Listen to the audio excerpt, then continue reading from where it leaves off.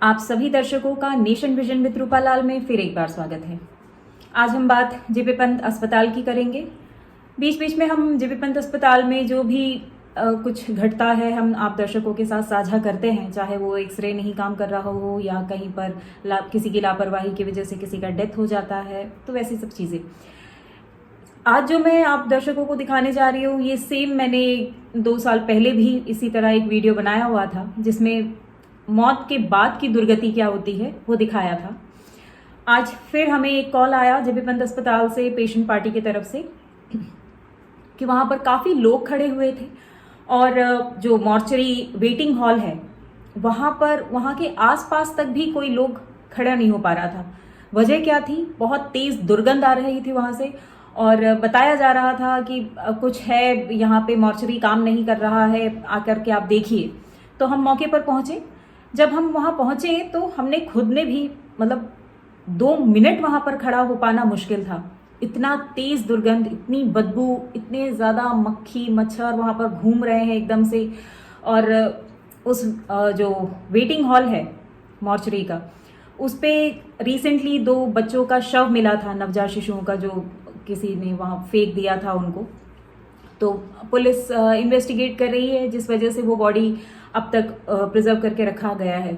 But preserve करने का मतलब क्या ये है कि आपने मोबाइल मॉर्चरी इसमें रखा हुआ है बट वो मॉर्चरी काम नहीं कर रहा है और वो बॉडी सड़ चुका है और इतनी बदबू वहाँ पर, इतना तेज़ दुर्गंध कि लोग आस पास तक भी नहीं खड़े हो पा रहे थे, वैसा कंडीशन है वहाँ का।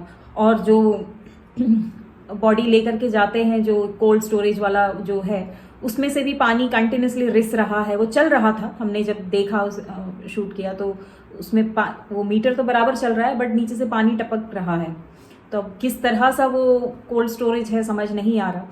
फिर वहाँ पर कुछ लोग थे, उन्होंने बताया कि कल रात को भी काफ़ी हंगामा हुआ यहाँ पर कि बॉडी सड़ रहा है, बदबू आ रही है, मॉर्चरी में रखने के बाद में भी बदबू आती है।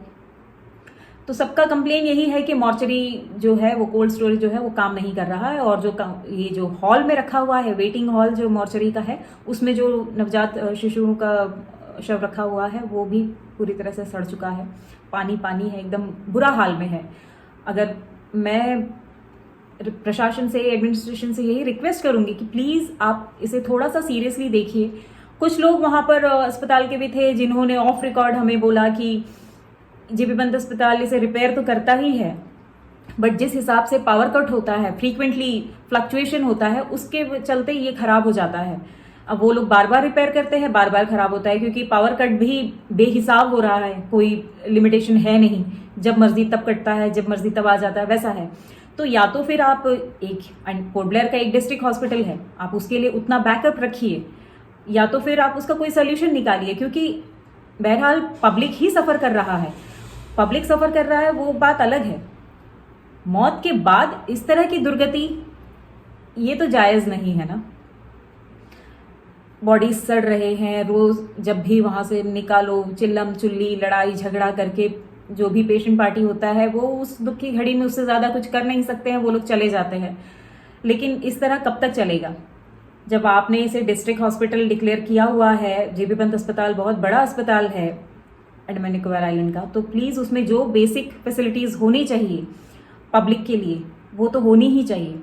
और ये जिस तरह से आज का जो सिनेरियो था वो बहुत ही ख़राब था, बहुत ज़्यादा दुर्गंध, बहुत तेज़ दुर्गंध। जहाँ एक और हेल्थ मिनिस्टर अंडमान में हैं और आज ही उन्होंने एक प्रेस कॉन्फ्रेंस करके अपने अचीवमेंट्स और किस तरह से यहाँ पर हेल्थ सेक्टर को डेवलप किया है, उस सब चीज़ों की जानकारी दी। वहीं जेबी पंत अस्पताल का ये मॉर्चरी अपना हाल बयान कर रहा है। तो इसलिए एडमिनिस्ट्रेशन से रिक्वेस्ट है कि जल्द से जल्द आप ये मॉर्चरी जो है, कोल्ड स्टोरेज जो भी है, इसे सही तरीके से ठीक करवाएं। ये काम चलाओ वाला आप करते हैं, फिर वो 4 दिन बाद फिर वापस ख़राब हो जाता है, फिर वही डेड बॉडीज सड़ जाते हैं, बदबू आता है, वही सब चीज़ें चल रहा है और काफ़ी समय से चल रहा है।